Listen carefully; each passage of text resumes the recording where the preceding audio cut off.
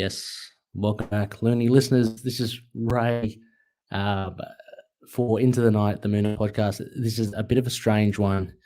Um, uh, New toys abound, but just been playing with some live streaming equipment. So, yeah, here we go. This is a bit of a test run. The intent is to do live streams for every new comic book released. So hopefully, that can happen. But I haven't got the setup totally done as I'd like to yet. So please bear with me. Let's see if it actually kind of works or not. I'm Ray. Hello. Yes, if you've listened, you would know. um, I would have had the other high priest Rebecca here, but due to technical difficulties and inexperience on my behalf, just couldn't get it working. So I'm just doing a solo one this time round, but hopefully later on we can try something a bit different. Also, as well, I've had issues with my microphone, so I'm trying again something a little different. Hopefully this comes in through nice and clear to you. Anyway, loonies, this is a waxing crescent, so it is, of course, a modern run LUNAR-PICK review. And what I'm going to be doing is Moon Knight Volume 6, Issue 10. So that is one of the Brian Michael Bendis issues from his 12-issue run from about 2012, I guess, maybe 2011 and 12. Before any of that, a big thank you to our sponsors, Drew Toombs, Daniel Doing, CLZ Comics, and Dreamland Comics as well from Schoenberg, Illinois. Now let's kind of get straight into it. Again, apologies, I'm not sure if you're picking up echo here. I have been trying many different kind of rigs to try and mitigate that.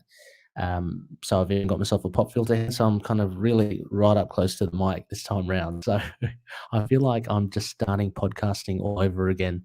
It's very strange. But, I guess the only way to learn. Anyway, so what, of course, as I mentioned, we will be doing is, so we a modern run review there, waxing crescent. I'm just playing around with the tricks here, and of course, Moon Knight Volume 6, Issue 10. Now, apart from my, solo comments and discussions and thoughts on this issue, we do have some feedback as well. But as mentioned, this is a live stream. I've opened it up. It might be a little early for some of the US listeners, maybe not so much on the West Coast. But yeah, feel free to jump in and let me know what you think about this issue 10. I've got some comments already here, so just working it out. Someone said I don't know how to take that, but thank you, I guess. Also, this same person, I don't know. Well, StreamYard, I don't have information as to who is saying what. I can lead you towards streamyard.com/Facebook. If you give permission to StreamYard, then I'll be able to see who is dropping in comments. But we've got another one. Bendis is always seems to have great starts to his stories, but I find he falters towards the end sometimes. Look, I kind of agree. One of the things I think that he doesn't do that well is create like contained stories in one issue. He always kind of looks towards like a 6-issue arc or so. So So anyway, I think I know who this is now. Full of tricks, and it is none other than it's Wayno. Hey Wayno, how you going?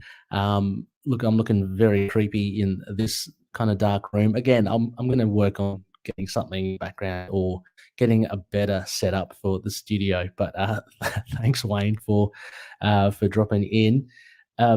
Yes, so Moon Knight Volume 6/10, released February 2012. Writer Brian Michael Bendis, of course, penciler Alex Maleev. He also does the inks. Colorist Matt Hollingsworth, letterer Corey Petit, and editor Stephen Wacker, who you probably know more now from The Amazing Spider-Man and that sort of stuff. So, so I found it interesting that he was on this, but he's obviously jumped onto the Spider-Man department. As for where you can find this, look, you can find it in floppy format. I think it's still readily available. A lot of Moon Knight issues are jumping up in price. So it's all from the groundswell of the TV show coming up and all the added interest. So get in quick while you can. You never know. You might miss out if you're a collector. But it's also available on digital, and that is in floppy or collected form. And thank you, Wayne. Yeah, it's starting to look a little grey. But anyway, it's also available on trade in softcover and hardcover. Now, I think those are long out of print, but in February 1st of this year, 2022, there'll be a release of Moon Knight by Bendis and Maleev, the complete collection. So you'll be able to get it in its entirety. I'm assuming it would be around, I think US would be like 39 or maybe $40. But yeah, but and again, sorry, this is all different. It's all new. I'm getting these comments coming in. They're from totally anonymous people. So yeah, I'm just a little bit sidetracked there. Yes, so February 1st, 2022, you'll be able to get your copy of the full 12-run issue. So, like I said, we're doing issue 10. It's about to wrap up with a few more issues to go. We'll definitely see kind of how it goes. All right, well, might just, I guess, dive right into it. And for those of you that haven't listened before, what I usually do is, as you've heard, I've given the credits. I'll go through a bare bones. This one's courtesy of Wiki. When they're available, I'll take them. But yeah, we'll go through a bare bones to give you a summary of what this issue is all about, in case you want a refresher, or in case you don't want to read it and you just want to hear about this this discussion from the Ray Ramble. But after that, I'll go through some aspects, some 5 key moments of this issue, and then in between that, some stuff on writing, art, and themes, and then I'll cap it off with Conishue's moon rating system. Yes, also, of course, the power of Chad as well. He says, yes, there are some websites that will have it as well. If you do know how to do that sort of thing, by all means, give that a go. I cannot endorse it, but I will just turn a blind eye to all that sort of stuff. We got Wayne. So Wayne signed up. I can see it now, Wayne. Beautiful. Yes, the profile pic of the fam, and good to have you on board. So look, I'm testing it out. I'm going to try and play the bare bones music whilst I say this thing. Hopefully it's not too loud. So here we go.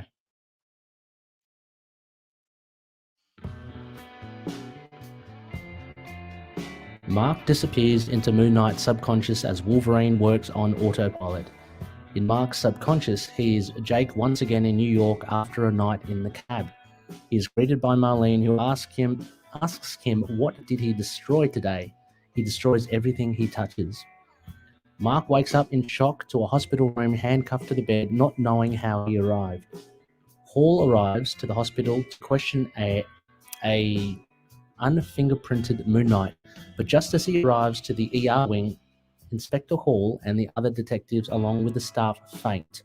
Buck releases a gas in order to extract Mark, and Buck confirms that Maya didn't make it. Back at Nefaria's mansion, the Count can't regain his composure after the attack, but he wants Mark dead immediately. He calls upon his daughter, Madame Mask, to finish the job. Meanwhile, Mark has been off the grid for some time at his house as he dwells over his recent loss. The Wolverine persona tries to bring Mark to action, but he cannot move. At the county morgue, Maya's body and items have been confiscated, but Madame Mask breaks in and kills the doctors. She detects vibranium in the staff Buck constructed for her and tries to backtrace the source of the deal for this metal. Once Mask gets her intel, she follows Buck. Late one evening, when Buck drives to Mark's garage to work, 3 red laser dots rest over his shoulder, and then boom, Mark runs to his garage to investigate and sees Buck caught in the debris. He tells Mark that she has the Ultron head.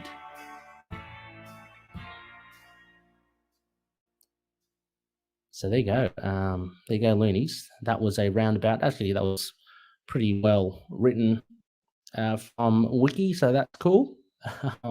Yeah, thank you, whoever did that from the Wiki pool. Anyway, so let's get into it. So one of the key moments I picked for this, it's interesting. This Bendis issue is a strange one.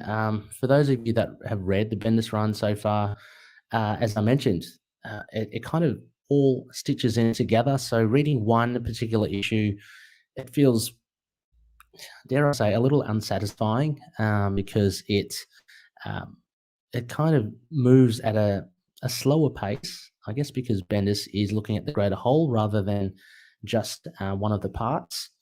But yeah, so it was a little difficult trying to pick key moments. So yeah, in the first one I raised was Nefari's daughter, the introduction and reveal, I guess, of Madame Mask in this arc now. I thought it was quite interesting to have her in it. She brings a different level of danger, I guess, to Mark and Moon Knight and what they're trying to do. She ends up getting the Ultron head. She's quite ruthless. I mean, we know Kat Nefari is as well, but she is on a different kind of path. The mere fact that she goes in guns a blazing and shoots all those doctors in the autopsy room, looking at Maya, looking at Echo. That was quite confronting because the dialogue that you had prior to that with the doctors and surgeons or whatever, the coroners looking at the body, it was very everyday dialogue, and some of it from memory was a little bit humorous. So to have them all kind of gunned down within a couple of panels was quite shocking. But yeah, so Madame Mask, I loved Maleev's introduction of her. She gets a full page spread of just her with the gun and posing, basically. Wayne says he's a whole picture kind of writer, plays a long game, sometimes sacrificing the issue impact. Yeah, totally agree. I do love, I don't mind this run. If you read it as a whole, all together, it is a little difficult once, and this is purely our decision to review it issue by issue, and it really becomes a different beast when it is that. So, spot on, Wayne. I think that's absolutely correct. So for Madame Masks, she's quite cool, well drawn by Maleev. I'm just flicking through. I've got it on. I should have mentioned as well on Marvel Unlimited too, so you can catch it there, which I'm reading from. I can't be bothered to get. It's usually the case. I can't be bothered to get the actual the issues and all that. But here we go. Look, again, future broadcasts. Hopefully, I'll be able to set this up properly where I can share the screen and show you what I'm talking about. But yeah, Madame Mask there, yeah, pretty cool. It's I'll see if I can just show you this way.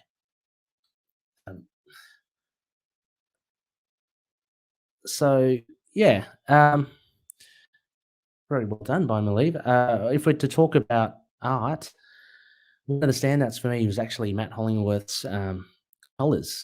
I think he really does make it give points of difference to a lot of the scenes, and the fact that this generally is a kind of muted down color scheme.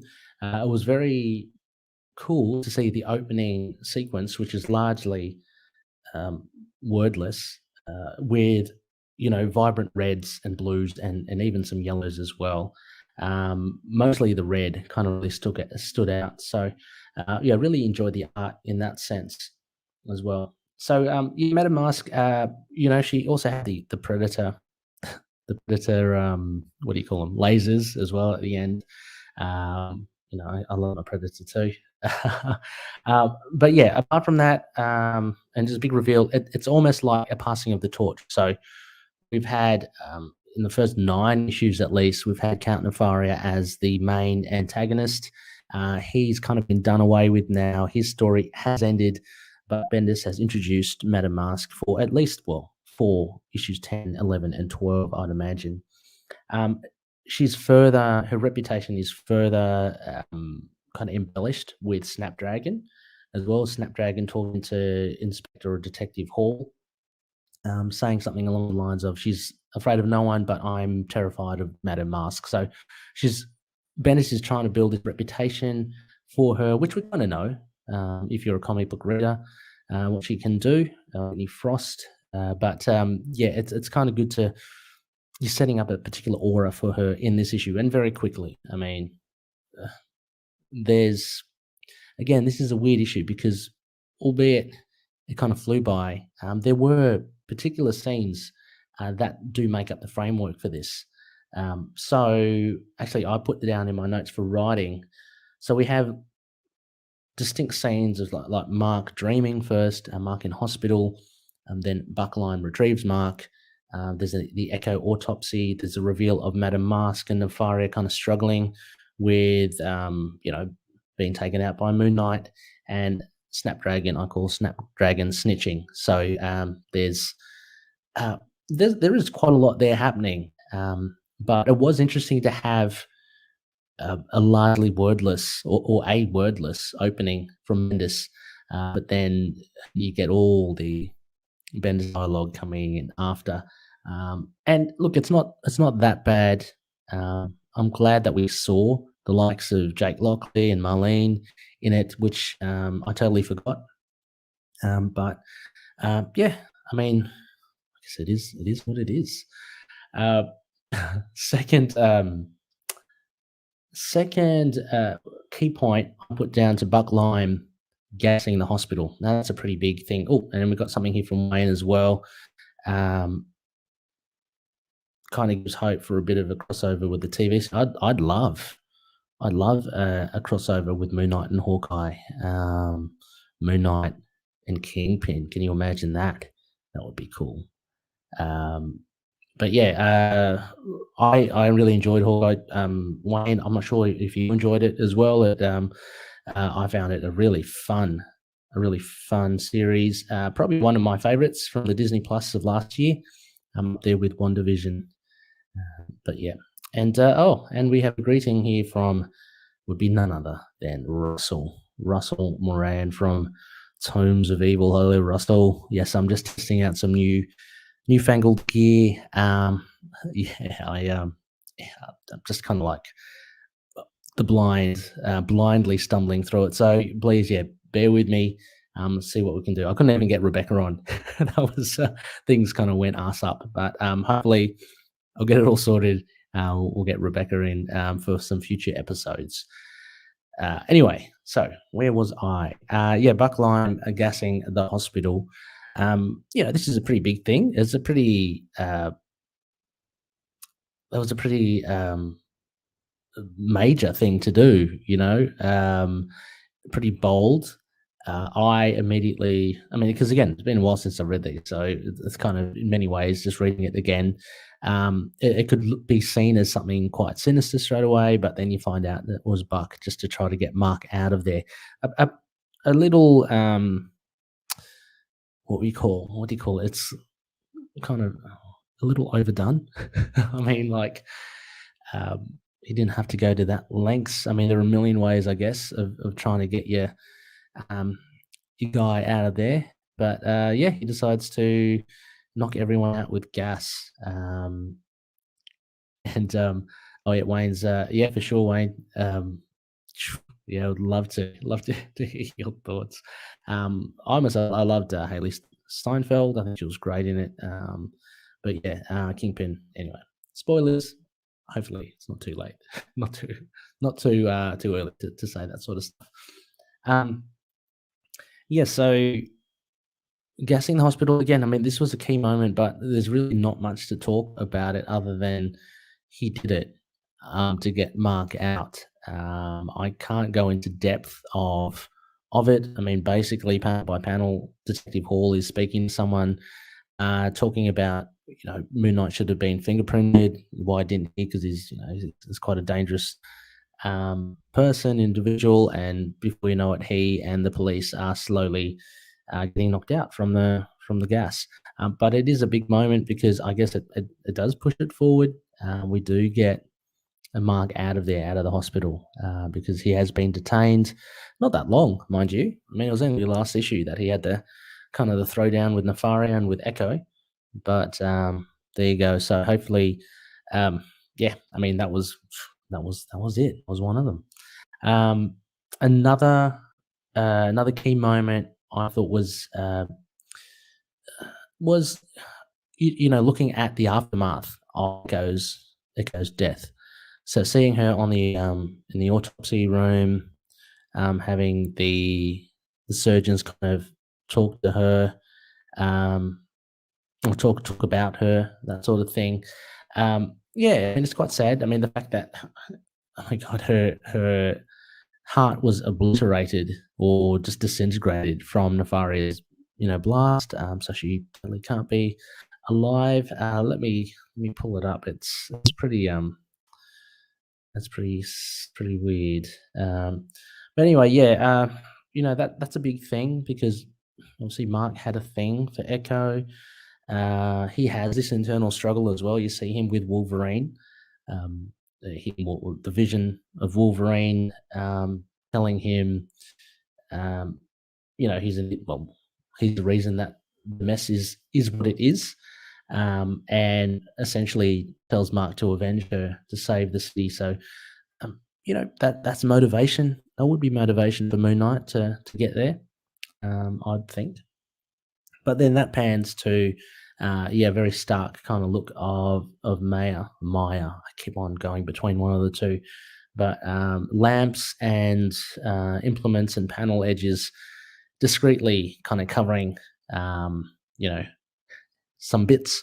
But yeah, a gashing, a terrible like wound in her chest, and then yeah, you just get them talking about that's Jane Doe. Whether or not she has superpowers or not.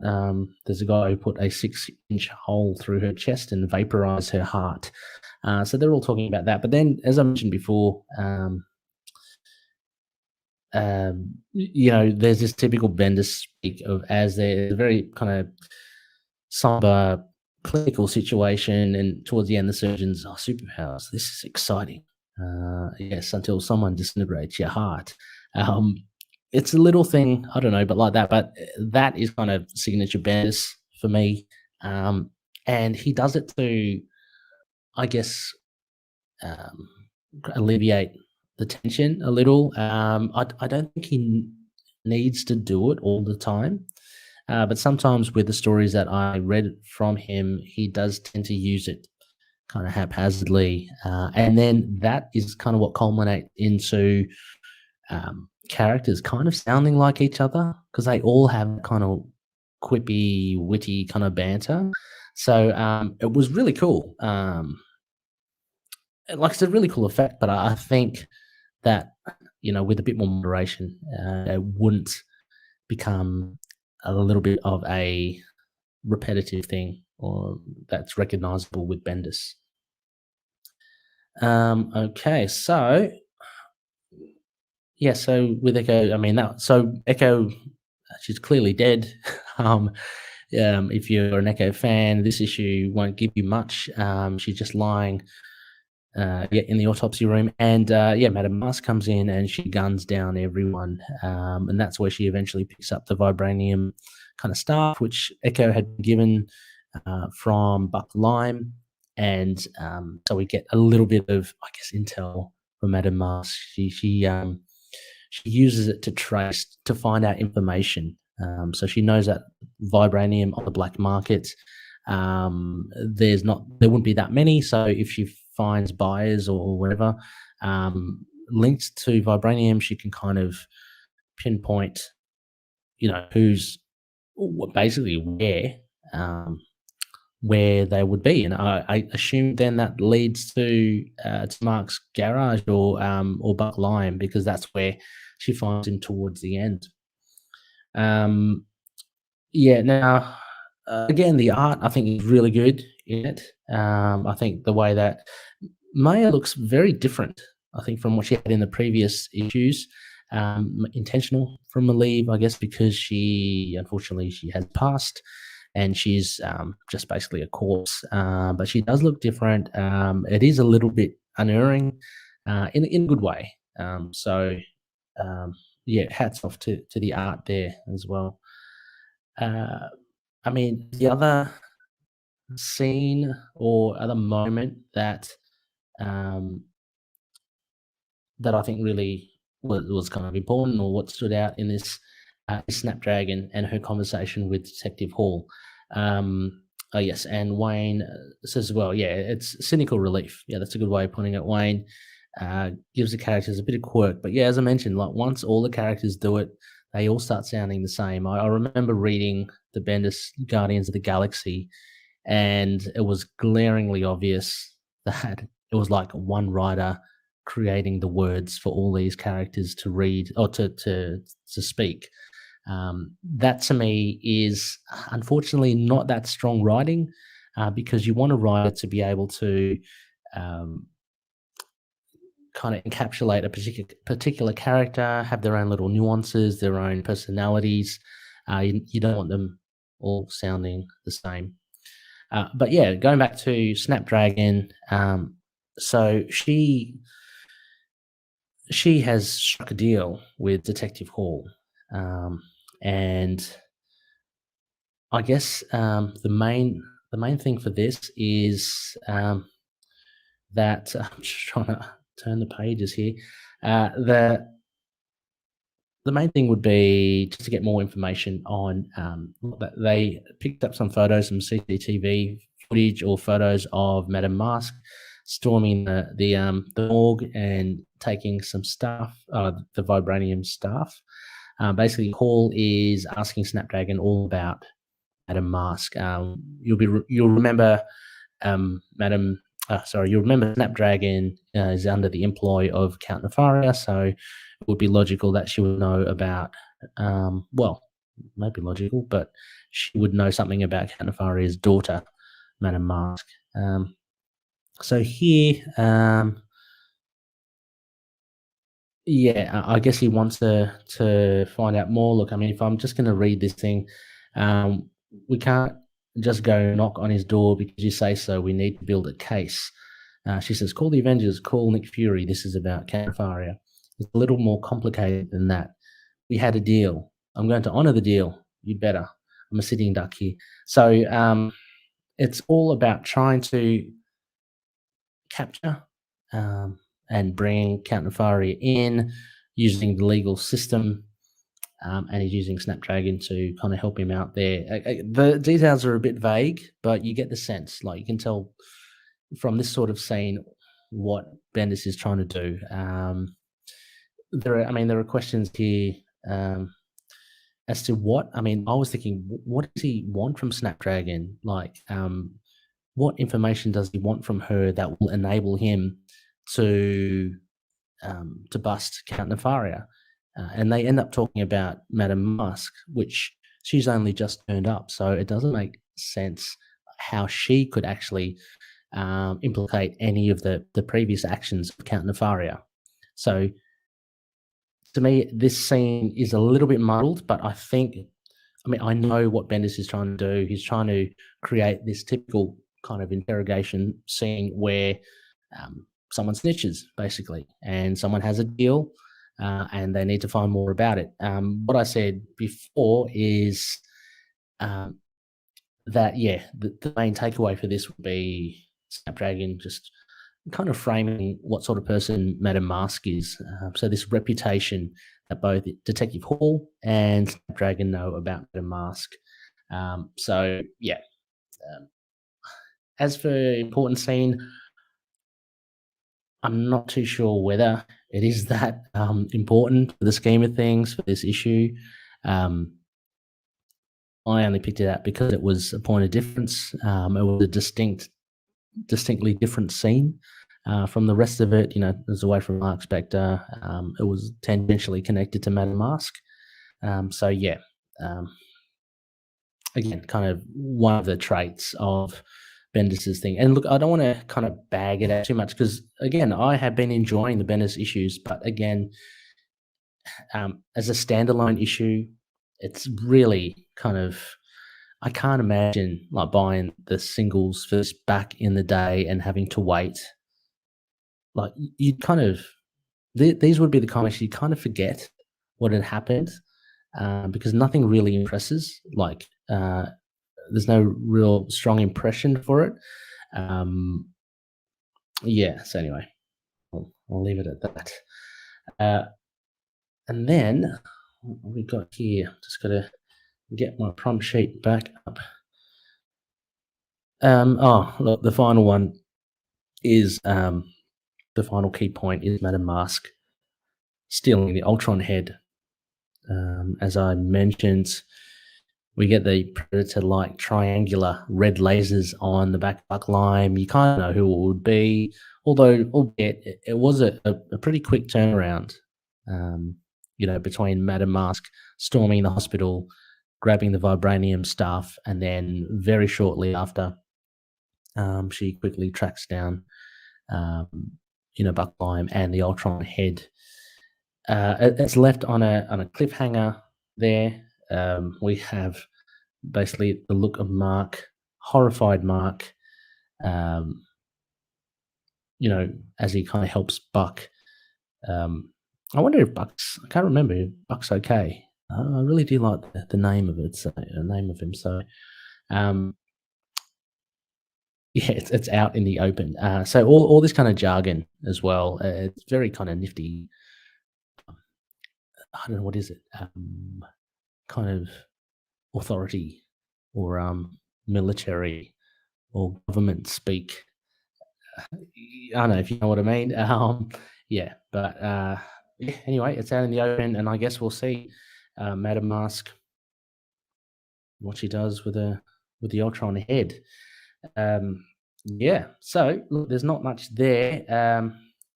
Let me just have a look. Yeah, so I guess this is pretty quick rundown of it. I wouldn't mind revisiting this or revisiting the Bendis run again, but with a co-host, just to bounce off ideas. But doing it solo, it's pretty straightforward, the issue, so I can't really embellish it anymore for you. As for a rating, I am going to give it a 6.5 out of 10. So more towards a getting small moon, so maybe a 6.4 out of 10. Yeah, I just feel I think this issue services the story well when it is in a trade, and I'll be getting the complete collection as well. I mean, I'll have multiple copies, but it's good to have all 12 issues just in one big bound, you know, one big bound book. But yeah, again, like by itself, this issue was kind of, I just felt it was in maybe like cruise control, or it was ultimately just like unsatisfied. There was no closure. Like, I mean, there was a little with she's got the head, and you know, things are left with a nice cliffhanger there. But I don't know, it just kind of meandered along. And got another comment here from Wayne. And he says, "Do you feel like the writing tries to do too much on a issue-to-issue basis?" I probably would say, Wayne, I don't think it does enough. I, I, I think, I mean, maybe the writing, as in the dialogue, could potentially be a little bit too much. But there have been, what was it? What was I reading not that long ago? I was reading an issue. Oh yeah, I was reading an Uncanny X-Men issue. I think it's by Scott Lobdell. like pages filled with dialogue. And look, there's nothing wrong with that if it warrants it, but sometimes it's you've got to balance it right. You've got to get the art to speak, and of course, Maleev is beautiful in this. He certainly holds his own. But I don't know. I feel sometimes Bendis writes dialogue just for the sake of writing some dialogue.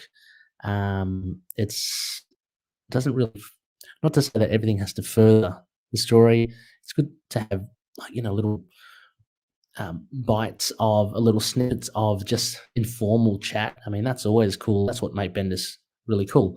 But I yeah, I think um, I think he does too much with that. With the dialogue.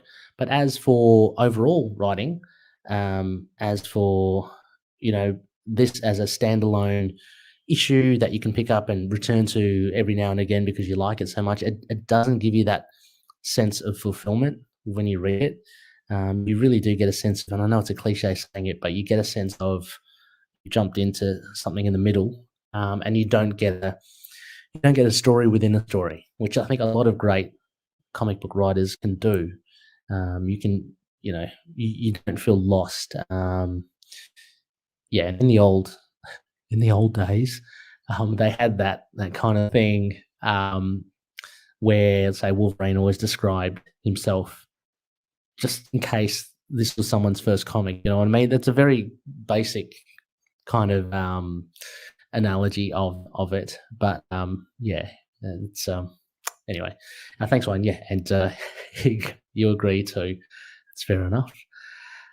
Now, look, before we go anywhere else, and I'm not even going to attempt doing ad breaks in this solo event because I might cock it up and I'll lose the broadcast or something. But for our night lines, now we have some feedback for this particular issue.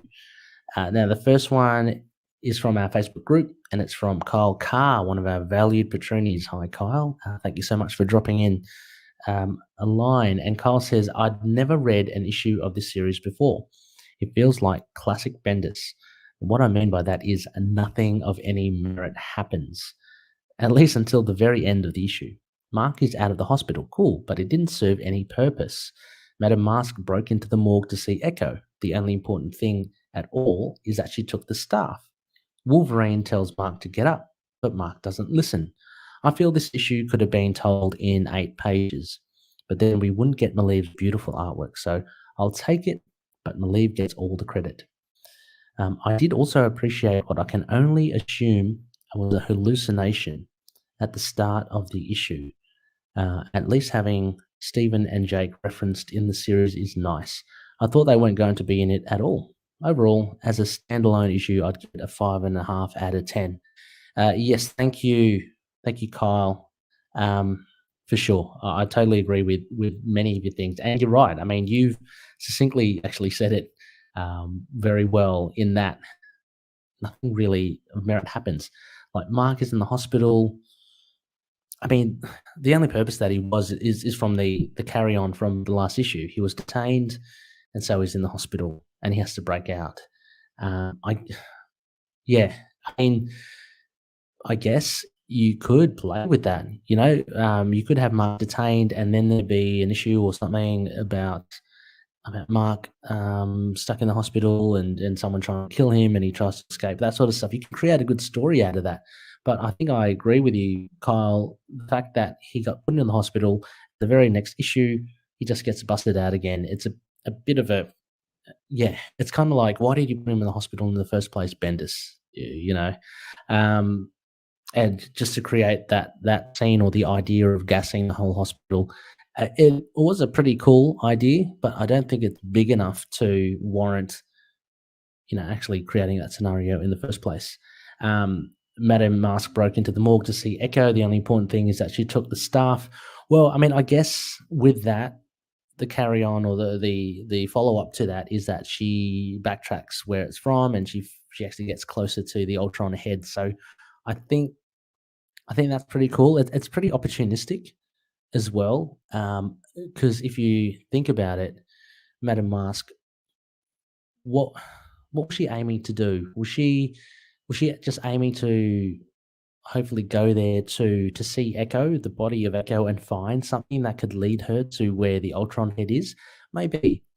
But it was pretty opportunistic of her to do that. And having said that, it's very fortuitous that she found the vibranium stuff. That's a big, a big bit of the puzzle. Without that, if she just found a naked Echo, a naked corpse of Echo there, what would she do? What would she think of doing? I don't know, taking a sample of her DNA or something. I don't know. But yeah, anyway, I can see where you're coming from, Kyle. That's a great point. And the other thing, well, yeah, and the Wolverine telling Mark to get up. I think that kind of sows the seeds for his new motivation. Again, it's maybe just an emphasis now on, okay, he's going to continue being Moon Knight because he wants to avenge Echo. He wants to save the city for her. So I think maybe that's where that's coming from. As you said, I also appreciated the hallucinations, that kind of nightmarish sequence of Jake and Marlene having kind of half a cut off face, which I thought was a nice touch. It was a bit of a nod. If anything, that was the reference I should have talked to. That was potentially a nod to Bushman and Smark's previous antics with cutting faces off. That was pretty nightmarish and horrific. But then also seeing the other faces. I also like the idea of, you see Frenchie, you see him dressed as Moon Knight, and then when Mark tries to take the costume off him, he takes the mask off, and there's no face behind that as well. So yeah, I like those kind of little horror elements. So if anything, yeah, I think that was well done. Also as well, we have something from Noel. No Looney Tunes Tate. I can't get any lower than no. I can't get any lower than no Looney Tunes Tate. I'm not even going to attempt to read it in his voice, but Maleev's artwork is phenomenal. I love that the issue is silent for almost 4 pages before we get Bendis dialogue. This whole run had its flaws, but I've said it before, it's better than people remember. I agree, Noel. I think people knee-jerk reaction is like, this is shit. It's not that bad. I mean, like, we've had other things happen to Moon Knight that has gone against his character in other runs as well. So it's not just the Bendis one. I had forgotten that Mark got Echo killed. Okay, but not directly. But I do remember that being spoiled for me reading background on Echo before I read this run. I like the addition of even more minor Marvel villains, Madame Mask, even if at this point it's pretty clear Bendis is just kind of giving up and setting up the Age of Ultron. The run had a good start, but starts to be a forgettable plot the longer it goes. I give it a 7 based on art alone. Well, no, thank you, Noel. And I can't disagree with you there as well. It's it slowly, I guess it does resort to just, he has to kind of point the ship towards the Age of Ultron or whatever, that thing. So he's got the Ultron thing. I mean, we hardly even see the Ultron head. It's very much the Holy Grail that everyone's looking for, but it really hasn't done much, has it? So that's true words cannot be spoken, Noel. Let me see if I can just quickly, I might as well look. I'm live streaming. It's not probably the best for podcasting, but I might as well see if I got any other hits with the discussion thread. No. Let me just see one other one. Let me go to Facebook again. So yeah, thank you for everyone. Please send in your comments. Thank you so much to the likes of Wayne. Thank you so much for Safari for sending in some stuff. For the Power of Chad getting in there as well.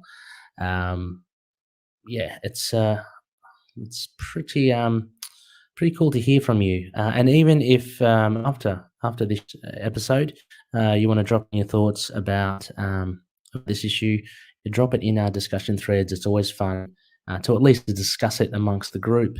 amongst the ITK Lunar community. So here we go. I'm just pulling it up now. I think the old laptop is straining because I've got StreamYard on.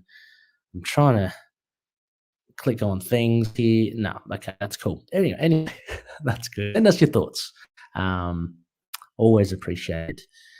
Anyway, I think that pretty much does it. Thank you so much for listening. Look, there's some things I want to, I guess there's some admin stuff. It is the first episode of 2022, so you're welcome for having a Bendis issue and a solo episode at that as the very first episode for 2022. Look, I promise I'll get things in order. Again, hopefully the echo is not as bad as I sometimes hear it. But spectacle. So what is up? Things to look out for this month of January, mid-January. I'll be dropping again for the Patroonies. For those that are part of our Patreon, there'll be another bonus episode, and this time it will be myself and Russell from Tomes of Evil, and we'll be talking about, of all things, Masters of the Universe, just our childhood memories, our the reason, our fandom for it, discussion on the Netflix film, Netflix series, as well as the past ones, the action figures, the comic books. It's all there.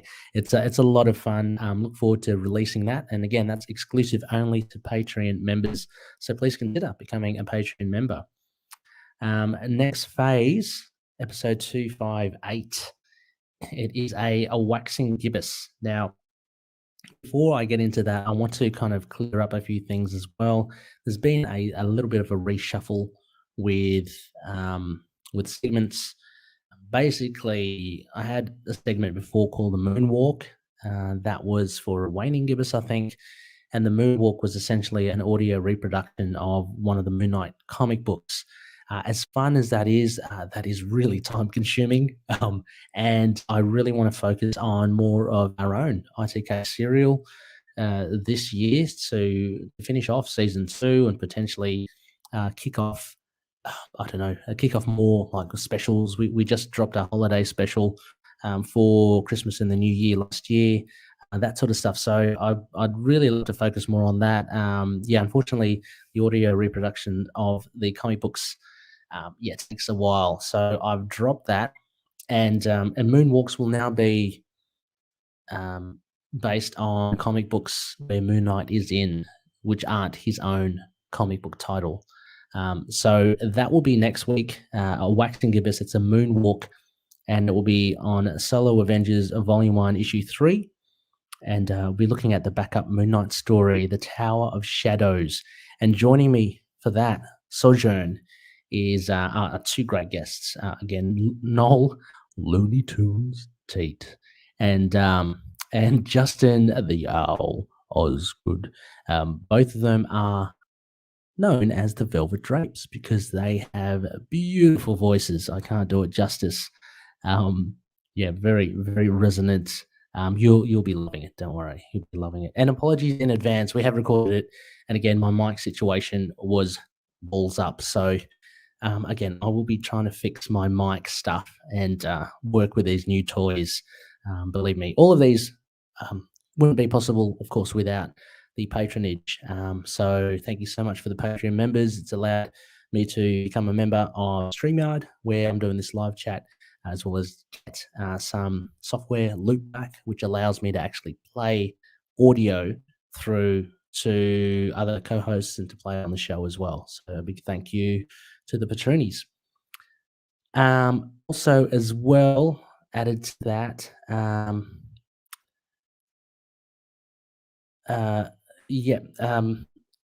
the Other Side of the Moon, the segment, which was originally what Moon Knight in other titles was. The Other Side of the Moon will become now Moon Knight alumni books. So basically, it opens the door a little bit.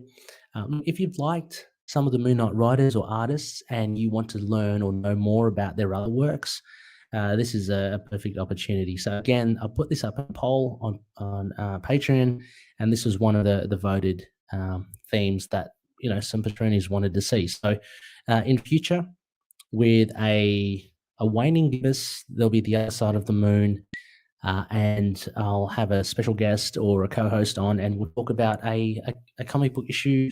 It could be by Jeff Lemire or Doug Mensch, or Brian Michael Bendis, but not Moon Knight. Something else, just to see how their other works go. So that's very exciting too. And also, similarly, Over the Moon. So Over the Moon was an arc review.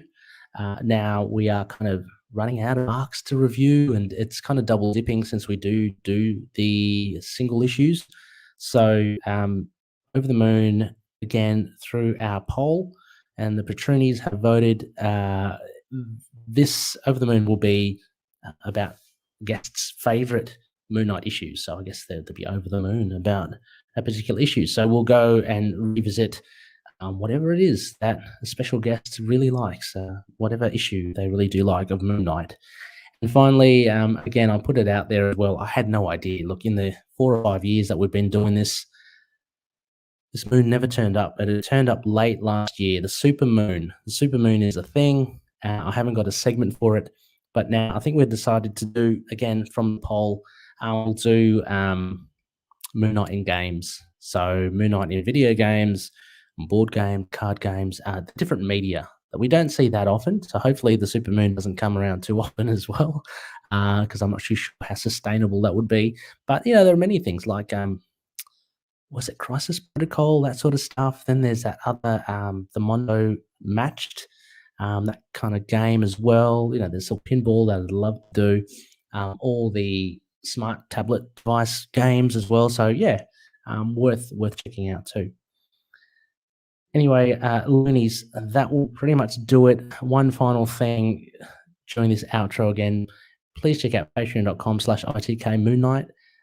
You too can be a patroni, and you can be privy to like both episodes, other video or raw footage from the episodes. As I said, I'm hoping to get live broadcasts out for when the Jed McKay issues drop. I think that will be fun, just because we can get other Loonies' reactions, raw reactions too. So looking to do that, but other episodes will typically be only exclusive to Patreon members. Videos of those episodes will be exclusive. So a big thank you again to Daniel, Drew, Justin, Derek, Kyle, Wayne, Jordan, Josh, James, Anthony, Russell, Michael, Mario, and Gavin. Thank you so much for all your support. Also as well, CLZ Comics at collectors.com. Go check them out. They're really good. I think they hail from the Netherlands, so even better. But yeah, they can put all your comic book collection in order with database, and you can, filter things. You can make sure that you keep a running total of what's bagged and boarded. You can, define where your actual comic is located in the cabinets that you may have. It's a really helpful tool. I love it. So please check it out on collectors.com. Also, as well, a couple of patronies, top-tier patronies. Daniel and I have been chatting away. He's been very busy with his own creations, and he is the creator of Fringe Knight, an original indie comic based on Erie, Pennsylvania's very own mysterious superhero. So check out patreon.com/Fringe Knight 27. Daniel's been also working on some cosplay, some really funky Fringe Knight accessories, shall we say. And also Tombs by Drew Tombs, one of the other patronies. Check out on SoundCloud, soundcloud.com/Tombs with a Z, or Lurk Music. That's on Bandcamp. Lurk Music with a CK.bandcamp.com. Drew is a phenomenal musician, does a lot of DJing as well. But if you can check out his work on either SoundCloud or Bandcamp, you'll get a little taste of what he does. Really cool atmospheric stuff, and dance music stuff. And finally, Dreamland Comics. If you use the code MOON, you can get 20% off the online store. So go check out Dreamland Comics. Finally, we're part of the collective as well. Plenty of great shows here. Inner Demons, a Ghost Rider podcast, Ghost Spider Groupies, and also I'll give a shout out to Resurrections, Thanos and Adam Warlock podcast. Look, there are plenty of them. You just got to check out the link below in the show notes. Check it all out. They're all fantastic shows. We all help each other out. We all cross promote, and we're currently doing something with To Know Her Is to Fear Her, the other podcast that I do with about Spider-Woman with Seren. We're doing a crossover with that with them. Also, Tombs of Evil. And also Capes and Lunatics. We're doing the Devil's Reign stuff, so that's very exciting. It's already kicked off. Go check out Capes and Lunatics for all the discussions there on Devil's Reign 1 and 2, I think, at the time of this recording. Finally, you can find us on email. Send us anything. It's great to chat to you guys. On feedback at itkmoonnight.com. We've also got a website, itkmoonnight.com, which I've embedded the live stream for this. I may have gotten it wrong, so I will be taking it down. I think it was for the other failed attempt. So don't look at it.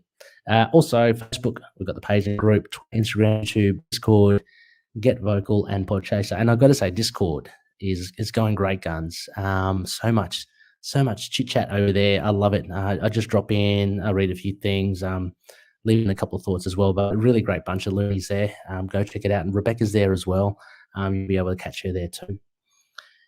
Anyway, loonies, that pretty much does it. I think I'm going to attempt to do something here, but thank you so much for listening.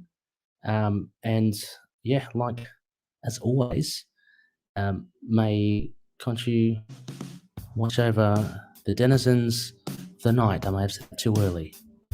Goodbye.